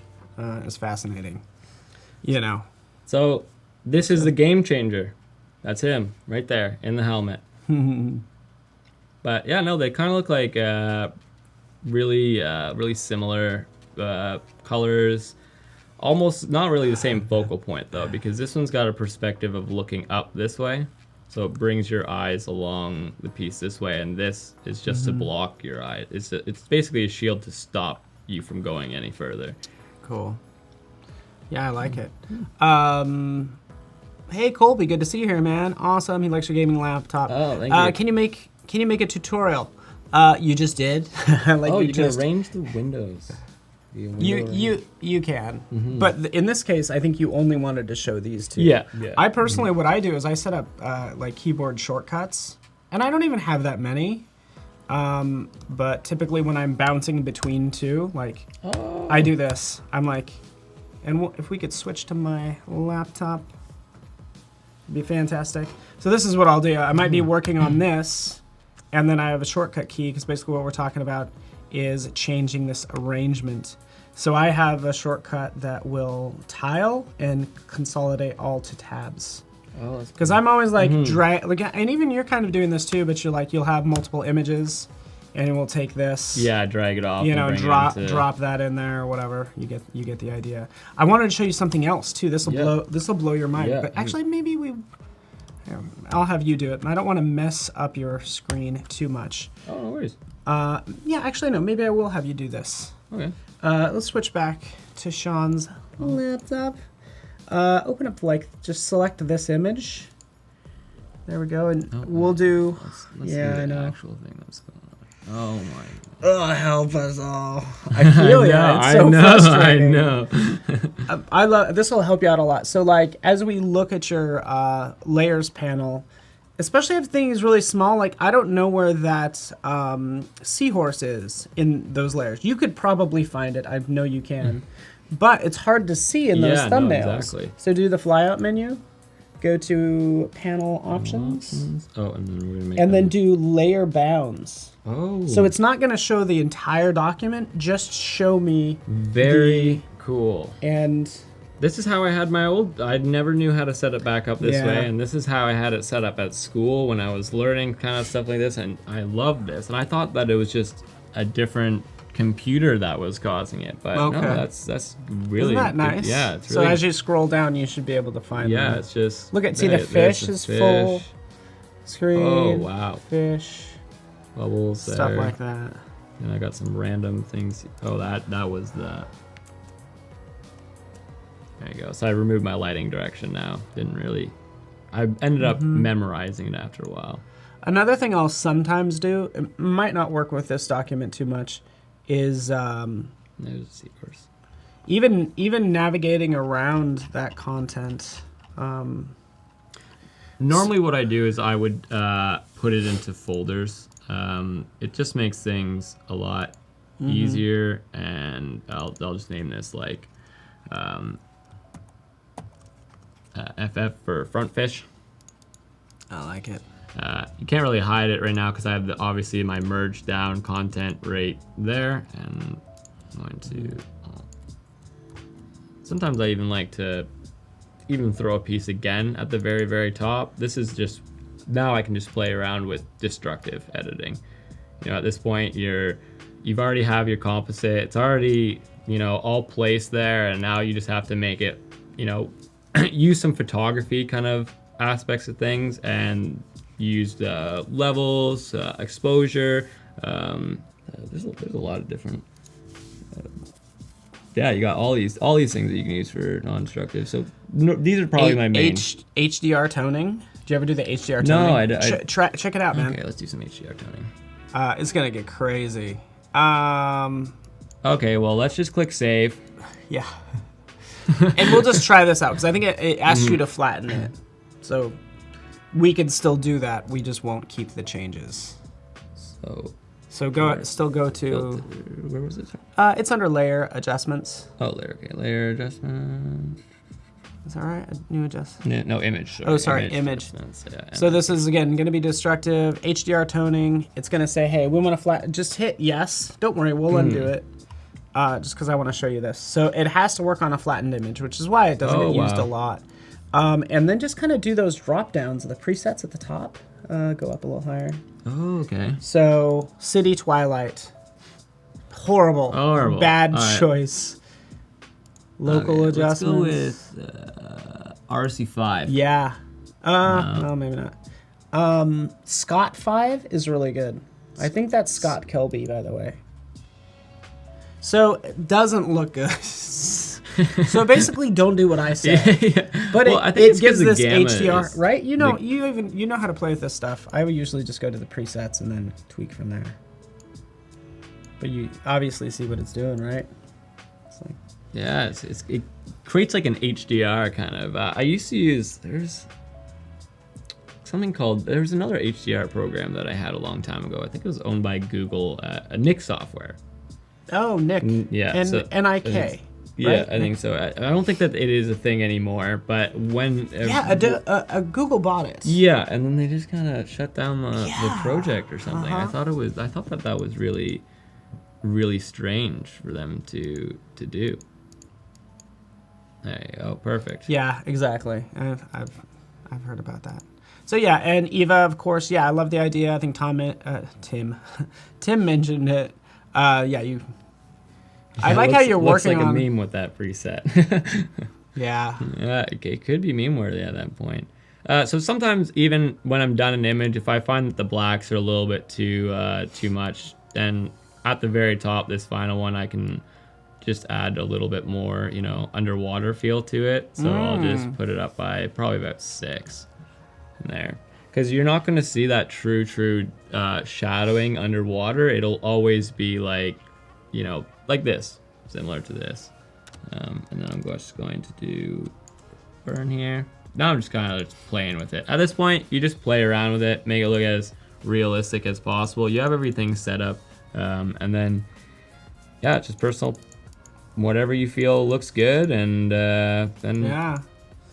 It's awesome. So, and I think you doing these overall effects and sharpening and everything is like, it really starts to like sell it as one scene. So I think I've noticed that even like, covers a multitude of my sins in knowing that it like makes it match better, I feel. Exactly. This could also be a great moment to use a LUT. Yeah, that's also super fun. That's looking... We'll put your favorite one on there. Oh yeah, is it? Yeah, it's two-strip. Love the two-strip. Two-step for some reason. Isn't that a dance move? A two-step? Yeah, it's pretty much what... So yeah, there's a lot of different things that you could play around with. You could do like, candlelight. underwater. Romantic. Actually, that looks pretty cool. Try horror blue. There's one called horror blue, kind of 2/3 of the way down. Oh, right there. And then you can play around with even these with LUTs. There you go. That's fascinating. It's true. Huh. So like, yeah, you can just use the power and ability. So even this one looks really nice because now you're adding that blue back into the shadowing. So it creates more of an underwater look. So it's hard to notice. Let me zoom in here so you can notice a little better. So that's before and after. It actually really only impacts that front fish. But these shadows, if you notice that, there, that's without, that's with. So now your shadows have more of a blue tinge to them. And yeah, it's just that's a really small little thing though. Like, you know, these are some things that people don't, or that it's just tedious small little tasks at this point. Into it. So we have about 8 minutes. So we have there's a couple different things we could do. Do you have a background image? Can we see what we can do in 8 minutes? Just something fun. Do we make a new image? Let me see what we can do here.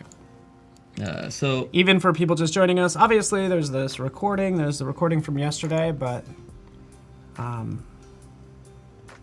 there's a rock, which is cool. Like even the sort of 2D image with pixel squid is really cool to see. Yeah, no, for sure. So let's go into Adobe Live, grab some of my assets here. Piece image. Actually, you know what? Let's go to one of those flowers again. Oh, yeah.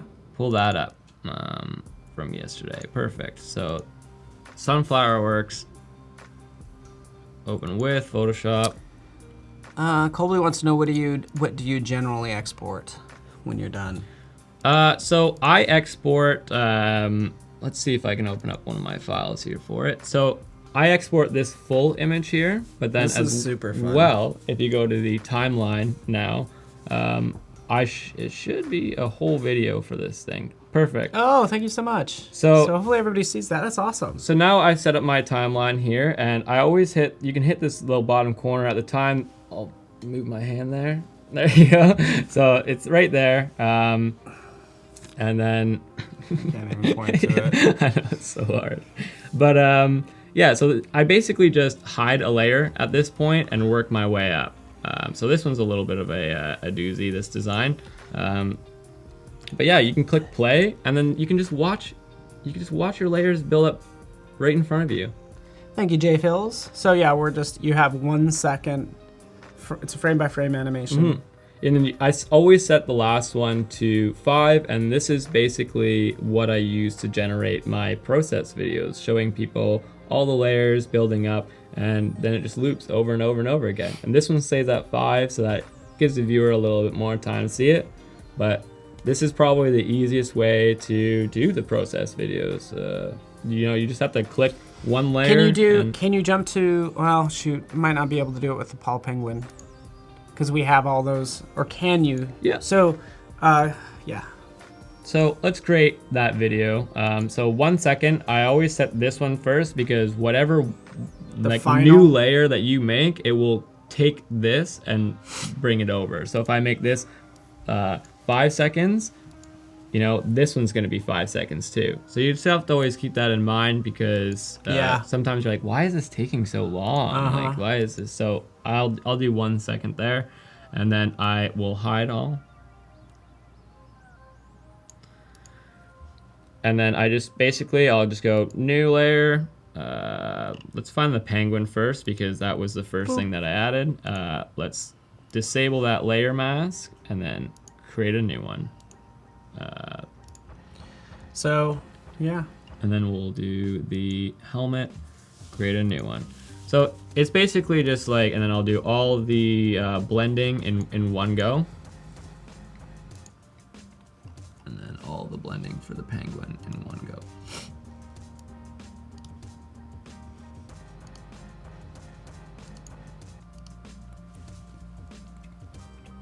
Perfect. And then now you can just start adding your other elements in there. Can you, and so you end up outputting an actual video file, right? Yeah. I mean, so it probably depends on where you want to output it to, but like you probably post to Instagram, right? So you want to do a video for Instagram. Exactly. So when I do videos for Instagram, I export this as the original size, but I will put my canvas size down to 1,500 pixels. This is just because the video files are massive at this, like at these dimensions. So I will just go for sure 1,500 and shrink it, and then rendering it is twice as fast. People are looking at it on the screen, on their little phone screens anyway, so it's not like somebody's sitting in a theater, right? Well, actually, you never know. Somebody could be sitting in a theater watching it. That would be cool. Yeah, you never know. You never know what people are up to. So yeah, so that's what I would do, and then after I size it down, I would go File, Export, and then Render Video. And you always want to make sure that I'm pretty sure it matches the document right here. So I've my size set to match my document. And then when I size, document size right there, perfect. So document size is definitely one that you want. Otherwise, you're exporting a video with like black edges on the side, and Instagram doesn't really want that because you have to have both your video and your picture the exact same size. And then you won't run into the cropping of your original piece and all that. You could just upload them both, and they both just sit there. Thank you, Alexander. Yes, thank you. You could do a shift and click on an eyeball, and it will turn off all of the other ones except for that one. Do the shift click. It should work. Let me just go into the penguin here. Oh yeah, shift click on the layer. No, go do it on the eyeball. The eyeball right there. No. Try option click. It's one of those. I don't know. I don't have an option. Oh, that's my function. No, that's not. This is right here. Control, but click on the eyeball. So what we're trying to do is we're trying to just turn on. Oh, that selects it. That's a selection thing. Alexander, we're trying what you just said. We're trying it out. Oh, it's alt click. Yeah, alt click. Sweet. Yeah. Alt click hides. Alt click will turn off everything and just show that one layer, which might be good for even this because you're going to start out. You're just going to show the one layer in the background layer initially. But yeah, thank you for that. Alt key, you got it. Make a video out of it, render it, and then eventually it will go through the whole process of just adding up your process video for you. It'll just keep going over and over and over again. This one will probably go to about 30 frames, so that's why I'm not gonna do the whole thing. But normally it'll turn out to be this right here, and it just looks kind of cool. It adds a little bit more, right? So it shows people that like you're not scared to show everybody everything. You know, this is how I built it up. Go ahead and try it if you want, right? Kind of thing. So I have a lot of transparency with my design work. I don't care people try and recreate my pieces as a learning kind of experience. And I always just feel like passing on information is the best way to help out your overall community in design. Yeah. And this is again, I think Colby said, hey, put this in your portfolio. Yeah. It's a good portfolio piece showing a process, which is awesome. Exactly. Which is what we'd love to see for portfolio reviews as we get down to the last minute for those submissions. Even on Behance, Behance uses a lot of these videos. You could just which I love. Yep. Yeah. I always upload these right to my Behance series even. You can put a lot of them in there. And I think it really increases that project. Makes it just, stand out a little bit more. You're giving them a little bit something. Yeah. Even on a mock-up. You can even put them on mock-up templates too. Like on a frame or something, like just to show people a visual of what it looks like. It's sometimes tough to do because like I feel like once I complete a project, I'm so over it. Like sometimes you're like, it doesn't even, I will share it to maybe Instagram, but like it doesn't. But this adds. But then again, right? You can also just, if you don't want to do the process at the end, then you can just create actions for it, right? and then you can record your own action process for making this video and set it all up, right? So if you're at that point where you don't want to make a mock-up, you can almost set it so that it will create a mock-up for you using these. Yeah. I don't really have that many actions, actually. I don't either. A few here and there, but I'll download more actions that I find online than I make. Yeah, typically. Mine are normally for batch processing, so I'll have some that like decrease my image size, and that's probably it, and save it as a JPEG after it's a PNG. Yeah, and if actions aren't enough, you can get into scripting, which will lead to a headache. No, just joking. Yeah, you could do all sorts of things. Is that Apple script? Is it? Anyways, I do not remember. But we're kind of down to the wire. I would say this is portfolio worthy. Yeah, I'd post it today. Yeah, I'm gonna post it today for sure. We'll tag Paul as a penguin. Yay! Paul Penguin. Fantastic. So Keita, Tim, everybody, we're going to dive into portfolios if we could. If everybody's ready, let's do it. We have Mahmoud's. Wow. Congratulations, Mahmoud. Mahmoud Ragab is a student, graphic designer in Egypt. Wow, Egypt. I want to go to Egypt one time. You and me both, buddy. I'd love to. Student studying computer engineering and control systems, also into graphic design, Photoshop, and such. I like reading this. So graphic design is not even his major. Oh, wow. And look at this stuff. Wow. Mahmoud, you're killing me. Look at these. I'm just going to click on a couple. And yeah, go right there. That's Mahmoud, cool. Man Flowers Collage. Cool. Cool. What do you think? This is awesome. Any thoughts or concerns or questions? Do you have any thoughts on this? No, I think that it looks really cool. Have you tried it with the face on the other side? Because that flower looks like it's facing kind of down a little bit. So maybe warping it the other way might warping make it flower. Make it look more realistic, right? Because flowers don't grow down; they grow up. And with the shadow on that face, I almost would move this. Yeah. Move the face over, have the flowers come out of the left side where the light is. So the light's hitting those flowers. Even creating like a vines to wrap around the face to hold it apart would be really nice. I think more of that entanglement would be super cool. And honestly, I think this could maybe do without the blur of the background of the face. Yeah. Because again, since...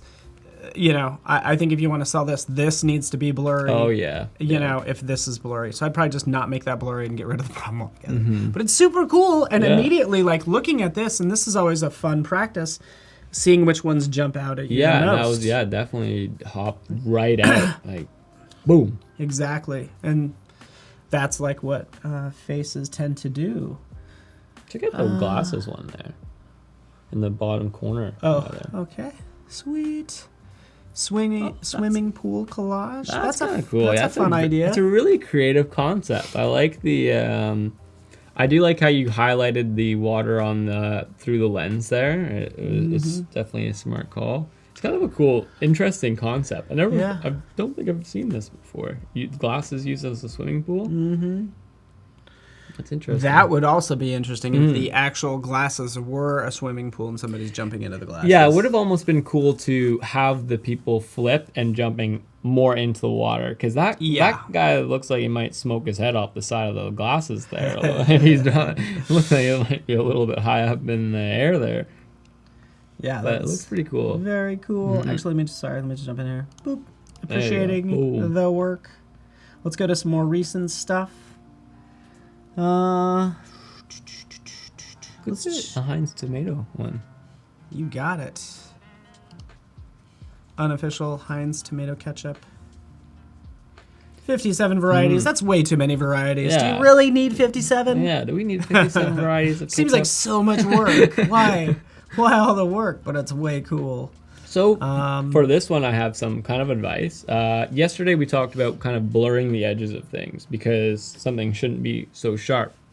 You already have a blur going on in the background, so connecting your background blur with your front blur is literally just going around the edges, maybe feathering it a little bit, because the edges are just a little too sharp around that bottle there, if you notice, and it's got kind of a little bit of a jagged to it. So that's just due to using a the magic wand, quick selection, without a feather on it. And but you can go around it with a blur, fix it up, and then that bottle will blend more into the actual background itself. Because there's no such thing as a really true sharp edge, unless our eyes are looking at it, right? Like this, or we're feeling it, right? But even then, like if I look at the door frame over there, it doesn't look sharp still. What do you mean door frame? This? Oh no, it's the actual door frame in the room. Like I see. Okay, over there. Sorry, or a computer screen or something. You are right. So you're exactly right. When you're focusing on something, this is the sharp thing, but this would have the blurry edge. But I love it. Yeah, no. And I would like to know personally. I want to know more about these images. Like I don't know what was made. Like was this rendered? Was this not here? And you added the label to the bot. Like what did you do or not do? Show the original images. Something like that would be really cool to see. But still cool. Yeah. I love, he does what you do, which is like, I like how it's cropped, like cutting off things and having that tight focus. Giving the mind something to complete. Oh, Eva is also a computer science major as well. All these smart people. Look at this one. That's fun. Surprised. Yeah, cool. This also I would do a tilt shift blur here or something. Or some sort of like, is that kind of slightly blurred out? Is it at more of a tilted down and out at you? Because it's very flush. Yeah, it is. Like cool. Like centered. Almost like an album cover for Raining Float. Yeah. And again, I want to know if he made this logo or something. I don't have any context really. Yeah, I've never heard of Rainy Float before. Rainy float, but it's cool. Yeah, and by the really way, cool. You got a cool logo for his name. Logo. Yeah, that is a cool logo. Watermarked. Don't take his stuff. All right, let's check out this one real quick. Regab's Bakery. Straight out of the oven. Okay, good. Okay, so this is a social media post showing it within context. Cool. Let's take a look at this closer. Any thoughts here or advice? Hopefully this is okay. This is a portfolio review. I think everything's fantastic. I love these warm colors. Yeah. So in this moment right now, everything fits nicely. You have a nice perspective, but just if you're watching. I would use that technique where you do use the fill layer and bring that coloring back in, because just the coloring of the croissants looks a little too like orangey. Maybe saturated. I think it's too saturated. Yeah. Totally agree. Desaturating that a little bit, adding a little tiny shadow underneath, giving that depth. It'll look really it'll look like it's been there from the start, kind of thing. Yeah, agreed. And Tim mentioned this earlier. You can try a match color and try to match it. Yeah, the match color too. Yeah, that'll work really well as well. Seems super easy. Straight is technically spelled wrong. Yeah. I would actually, for the lettering, I would actually bring this S as like he's kind of running away. But I love the font. Yeah, I love the font's good. I love those fonts. Yeah. The font, the whole idea, like as a whole, I think this is like right on the right. Yeah, it is bakery kind of vibe. It gives you that bakery feel. You know what would be really fun here is to also see maybe a shadow of that cast onto the brick. Would that be cool? That would be really cool. Like the letters. Yeah, so that looks like it's just being popped out, Yeah, really good. And also the centering of this, I'd bring this up. Yeah, bring it up. But I also like this. The font choice is good. This is just a nice, fun little element too. I like that. It almost reminds me of steam coming off of the croissant itself. So it kind of gives me that vibe when I look at it. Yeah. Directs your eyes right to it. And then there's the social media post. Somebody says that the Heinz piece had more designs. I'm going to just double check that. Oh, yeah. Wow. Sorry. Yeah, wow. All I need to do is scroll. I love the girl not made one. So sorry. That looks really sharp. Yeah, that's what I'm Wow, talking about. that one looks... The water droplets, little fakey. Yeah, little fakey. You're honestly, it's just going to be a lot Close. of it's Very going to be a lot of work. You're going to have to go through and put those on individually, make sure they wrap they'll all around. have different you gotta sell it depths, more. everything. Like, yeah. So sorry, I'm so sorry I've missed this. These are Wow, cool. that's pretty cool too. Love this font. Love that font. Yeah. Cool. I think in some cases we know the bottle might really be like this and it might really open up. I don't think this is doing it any favors. I'd probably chop that off. Yeah, I'd probably cut that thing off too. But love the concept. Yeah. Might need to work on this one a little bit more, right? In terms of the blurriness. I'm anticipating what you're going to say, and I know you're going to say all this stuff, which is good. So the highlights around the side of the bottle, I don't think that they're existing in this kind of sense. The lid would have been darker probably too, because again, when we the first day we talked about how white isn't always truly. It would have brought up that table, that brown, right? Yeah, and like you're pointing out, like this is technically white. These whites don't match. And then the table is a gloss surface, so everything actually has to have a reflection. Everything, underneath. like good job putting the reflection Yeah, here. yeah, Just that kind looks, of finish it with this part. It looks like he's trying to do it, but it looks bigger. It was stretched. The plate has a curve angle like this, so when they flip it upside down, what you do is just warp the corners back up again. Warp it. Nobody could tell. Warp it. It's a reflection. You got to blur it anyways. That's good. Yeah. You know, just work on it. I think even just watching the recordings from today and yesterday, like everything you've covered, you can directly apply to this image. Oh yeah, for sure. So that's so good. Love that one. That might be it. These are just larger. See, but I really like how you set up this whole portfolio. You added a little bit more to it. It's not just a picture anymore. You know, you're showing us more concepts that you tried, things that didn't work out for you, things that did work out for you. This just gives me a little bit more of a project feel rather than, you know, a one-off and uploading that. I'm bad for doing one-offs and uploading it as well, but normally those are for submissions for Adobe projects. Or Adobe Awards, which the deadline is yesterday. Yeah, you actually won an Adobe Award, didn't you? Yeah. Slow clap. You can see that on your Twitter. I got the top talent this year. No big deal. No big deal. Top talent. Look at this guy. Do we do that in Canada? Yeah, oh yeah. Bump fists. Fist bump. So cool. Yeah, this stuff's fantastic. Let's kind of move on to the next one, if you're cool with that. Yeah. Golf clap. Can I just look at this really quick? Oh, I see. He made a splash screen. Love the concept. Yeah, it's good. Fun little concept there. And again, this is what I like to see in the portfolio. Yeah, I love to see this kind of stuff. How you imagine this picture. Oh, even this right here. Perfect.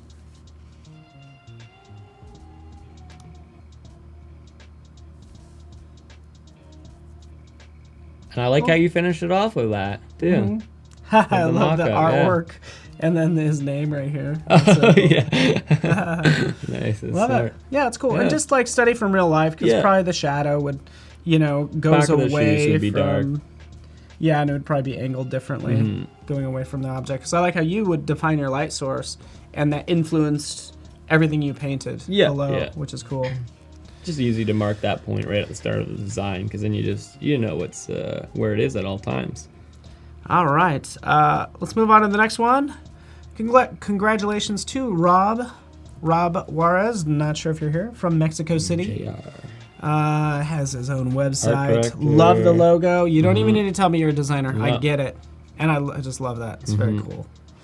Let me just kind of these are some crazy. Oh, this is gonna get intense, man. Yeah, look at this. Like, oh my goodness, we get it. We get it. You've been an art director and motion designer everywhere.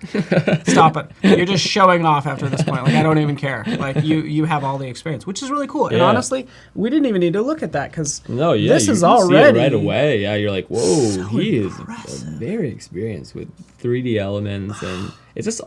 I wonder if this is all Cinema 4D kind of stuff. Like, did it mention anywhere? Let's take a look. I haven't seen anything. Just a float series. So no. But hopefully we'll find out. So when you upload projects, you can go ahead and tag it. This was made with Photoshop, Illustrator, all that fun stuff. But so cool. Hype. Let me go ahead and click into this and view full screen. Zoop. Yeah. Wow. That's fun. I'm assuming, that these are definitely done in like cinema, like, you know, those bigger 3D programs that you can almost use all the textures and stuff. Which I love. I love graphic designers using 3D. Oh yeah. This, like good use of type, color, all that stuff. All these. The hair going over the letters there at the front just creates more of a, you know, that they're touching rather than just writing hype right across the image. It kind of connects it a little bit more. Yeah. Oh, This is cool. Fun stuff. Look at that. How do you think of these kind of things like that? Oh, like exactly. I can't think of like stuff like this. It might be a case where like if you are using Cinema 4D, you could be literally messing around. So it could be, and this might be a case of just like playing around, testing your skills, making it a routine. I agree. Paul Weaver's let's see. Paul Weaver's like, I'm going home. I'm going home. This work is too good. I have no chance at life. Yeah. Don't feel discouraged, Paul. You got this.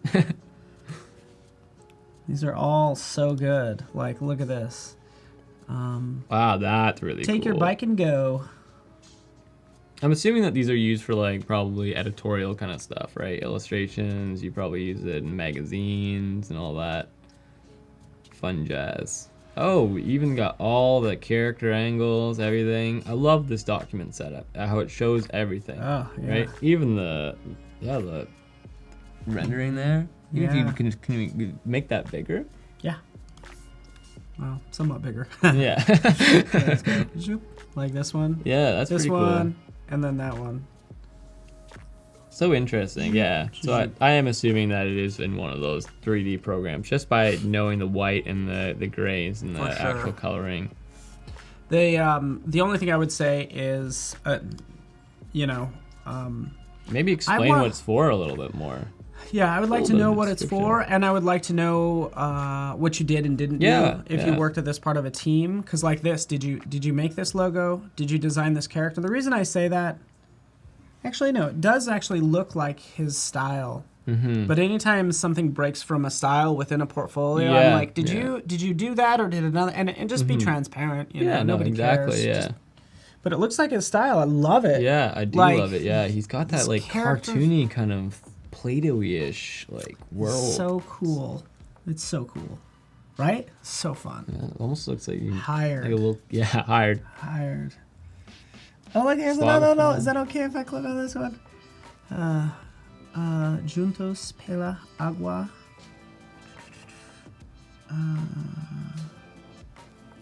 It's a movement to alert consumers the appropriate and responsible use of water. Oh, cool. Already this has a fun... Yeah, already has a really fun kind of feel to it. Love the bottles inside the bathtub. That's just like an extra, element that you didn't really need it in there, but you threw it in there just to spice it up even more, right? Like this composition would have worked great even without it, almost. But works amazingly. Yeah, super fun. Yeah, that's cool too. Very cool. I love this guy. And I love how it like matches your other style too. Like you can tell that you have a niche in this sense of style, and you really play with like your cartooniness and put it all together in like a professional manner. It looks really nice. For sure. Love it. Very cool. Very, very cool. Ooh, he did this for Adobe. Is that okay if we can check this one out? Adobe Think Tank, the future of digital workspace. Okay, so we sometimes do these various studies and, collect data. This is all about, I guess, the New Work Summit. But this is fun. Yeah, that's really cool. Like, I don't know what it is, and I don't care. I don't even care. Yeah, I just look at it. It looks satisfying to look at. I'm just like, wow, that looks relaxing. Nice. But I have no idea like what all that stuff is. Like super relaxed. This is cool, nice and bold. Into it. Are you ready for a video? Oh gosh, here we go. I will just kill the audio and play. Oh, that's pretty cool. We get it, Rob. You're good. I would actually love to see. This is. I could watch this all day long. Oh yeah. I'd just be staring at this, like, what's going on? Yeah, things are moving around, and I want to see Rob in this reflection. Just like sneak you in there, a little Easter egg. Yeah, a little Easter egg. He's like, actually, it's like reflecting back, like. Adding Easter eggs in your work is so much fun. On my Instagram, I never really mention it to people, but I've hidden 6 ducks in my composites, really? So people can see them here and there. But I never tell people that I hide these things in there because it's cool to see if somebody ever notices them, right? Yeah. But yeah, there's 6 ducks out there. That is funny. We'll have to go look. I think for something like this, even to sell it to a client, I don't know. You could walk into a room and say, "Hey, I want to have a spiky ball and I want to have a furry thing and then a little plastic thing." That's a tough sell. I'm wondering if there's any meaning given to these elements. Like if we're talking about the digital workspace and there's many different types of people, that's how you sell this concept basically. So I kind of wonder if there's meaning associated with these shapes. Which is always just, again, a good way to sell things. And yeah, exactly. We don't create pretty pictures, we hopefully sell people on ideas. So cool. We're winding down to the last couple minutes. And I still want to kind of like see if you want to kind of wrap up and talk about anything and make sure you have time. Yeah, no worries at all. The pineapple. Stop it, Rob. We quit. Stop being so good. Right? Yeah, I know, right? Like, I'm gonna retire. Yeah, that's it. After this live, I'm retired. Yeah. Very cool. Oh yeah, Spotify. Yeah, very cool. The pineapple eats. Good use of color. Yeah, I really like your color palettes. They just complements each other. Yeah, and I think for a design like this, it could easily get too crazy because every element known to man, I feel like, is there, and you have to tie it to. You got to rein it. You got to make it consistent by reining in those colors and using the limited color palette. Very good, nice use of white space. Almost complete use of white space. That's professional. You're right, because I think that's a good mark of a good designer is using white space. Oh yeah, like it is a thing. It's a huge. It's not thing, the absence of something. It's still like a thing that you use in your design. Give everything breathing room, which is I think you do a good job, and you've talked about that even yesterday. I kind of do like a U shape. That's what I always do. The important information or whatever you're focusing on, it's around a U shape, so everything's blurred. Like a U around, unless obviously your subject is over or like on the side or something, then you would do a U shape. Yeah, and that's good. It's all about, again, just like what path is the eye taking through the design. Yeah, it's all up to like the routine that you make and the process that you've created in your design path, right? Because everybody's process is different. Even though my work could look similar to someone else's, my process is different, and I hope that you saw that today on the live because it's a little bit interesting. I use it as more of a technical process rather than me always just clicking and assuming places. I do things for a reason, kind of, and that's just because my process is developed to that point. So, and it started 13 years ago when I was a little kid, and I didn't even know what a process was when I started. Exactly. So I just made it. I don't even know what a process is. Oh, you mean process? Oh, process. I'm just making fun of your accent. I'm messing with you. The good old Canadian. Can we switch to... Yeah, there we go. Switch back to your screen real fast. Anyways, Shaun, just wanted to show your last piece. I think we're kind of wrapping up. I don't know if there's anything more you want to say. I've loved watching you also use Photoshop like you're doing now. It's like literally you're painting these scenes. Because you haven't, Yeah. Anyway, so I that's haven't what really I love. used anything else other than the brush and all like the layer styles and stuff. I don't really touch upon really. Yeah. I don't like to complicate to. things. So, and I wouldn't use a tool if I really didn't need to. I kind of just think about what I want to achieve, and I'm like, okay, what tool can I achieve that with? So. Exactly. And I find that hiding a lot of your stuff as well works. So you can just easily do that by clicking Edit Toolbar, and then your toolbar menu pops up. If you don't want things, or you can even group them together. Like my artboard tool, I can probably put that in with my crop here. And then I'll put the crop tool up front. So now it's just rearranging my sidebar so that I know that like these tools all relate to each other in some way, right? So the lasso tools, I don't have a separate thing for my lasso. It's just in with my marquee tools, and I feel like they're almost similar in a way. So I might as well just lap them together. Sometimes I just red eye tool, remove that. I don't really do any photography with red eye, so I can always just hide it from that point. Just simplifying your work area, it's always good. Even my sidebar here is a little bit. I don't have any swatches or anything. It's just layers and adjustments. Which is awesome. Love it. Somebody's asking about your portfolio. We didn't need to worry about your amazing artwork. Obviously, you can click on the info tab, find him there. Also, again, just Shaun Ryken. You can see he's everywhere. Nice little baby picture of me. Yeah, this is him on Twitter. And I think you did post the work you did yesterday. Yep. Post this today. Yep. We'll hopefully stalk you on social media. Did you have fun, buddy? Yeah, I did. Yeah, I had a blast here. It's really hard to do kind of stuff like this with anxiety. So, it took me probably like a week to freak out about everything. But after a while, you just kind of learn that like, why am I freaking out? You just got to dive on in kind of thing. So. You definitely seem like a natural. We really appreciate you. Stick around. We have Andrea is going to be covering the XD Daily Creative Challenge as what's happening, and Stan Rapp doing a little more UX UI this afternoon.